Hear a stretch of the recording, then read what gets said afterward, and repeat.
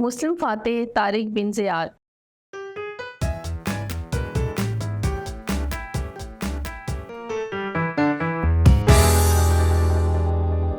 السلام علیکم عزیز طلباء و طالبات، میں آپ سب کو مون لائٹ انٹرنیشنل پبلیشر کے ڈیجیٹل تعلیمی پلیٹ فارم پر خوش آمدید کہتی ہوں۔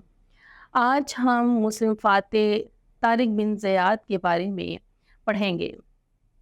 طارق بن زیاد فاتح اسپین ہیں اور وہ افریقہ کے رہنے والے اور بربری نسل سے تعلق رکھتے تھے۔ وہ بہادر، شجاع، فرشناس اور بلند ہمت انسان تھے۔ طارق بن زیاد ایسے عظیم کمانڈر تھے جنہوں نے یورپ میں واقع ملک اسپین کو فتح کیا۔ اسے ہسپانیہ اور اندلس بھی کہا جاتا ہے۔ موسیٰ بن نصیر شمالی افریقہ کا گورنر تھا اور موسیٰ بن نصیر کا مقصد ہسپانیہ کے عوام کو وہاں کے ظالم عیسائی حکمران راڈک کے ظلم سے نجات دلانا تھا۔ طارق بن زیاد گورنر موسیٰ بن نصیر کے نائب تھے اور یہ خلیفہ ولید بن عبد الملک کا دور تھا۔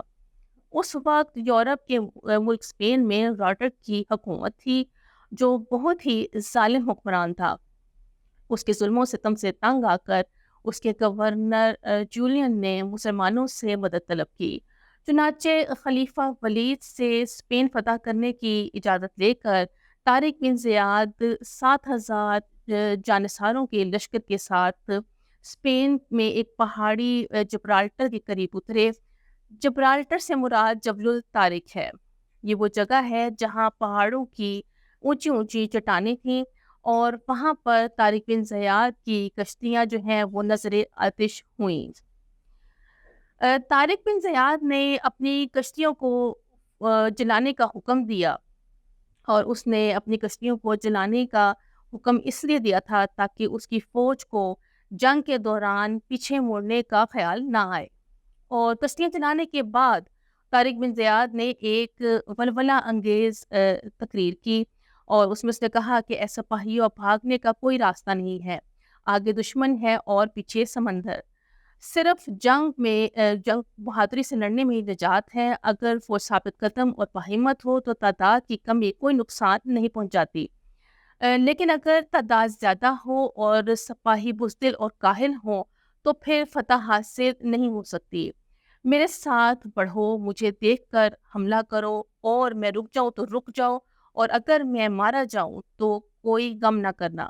میرے بعد آپس میں مت لڑنا، اور ورنہ تمہاری ہوا اکھڑ جائے گی اور تم مارے جاؤ گے۔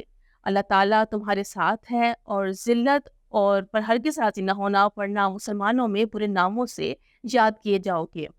اس تقریر سے سپاہیوں میں ایک جذبہ پیدا ہوا اور طارق بن زیاد نے 7 سے 12,000 کی مختصر سی فوج کے ساتھ راڈک کی 1,00,000 فوج کو شکست دی۔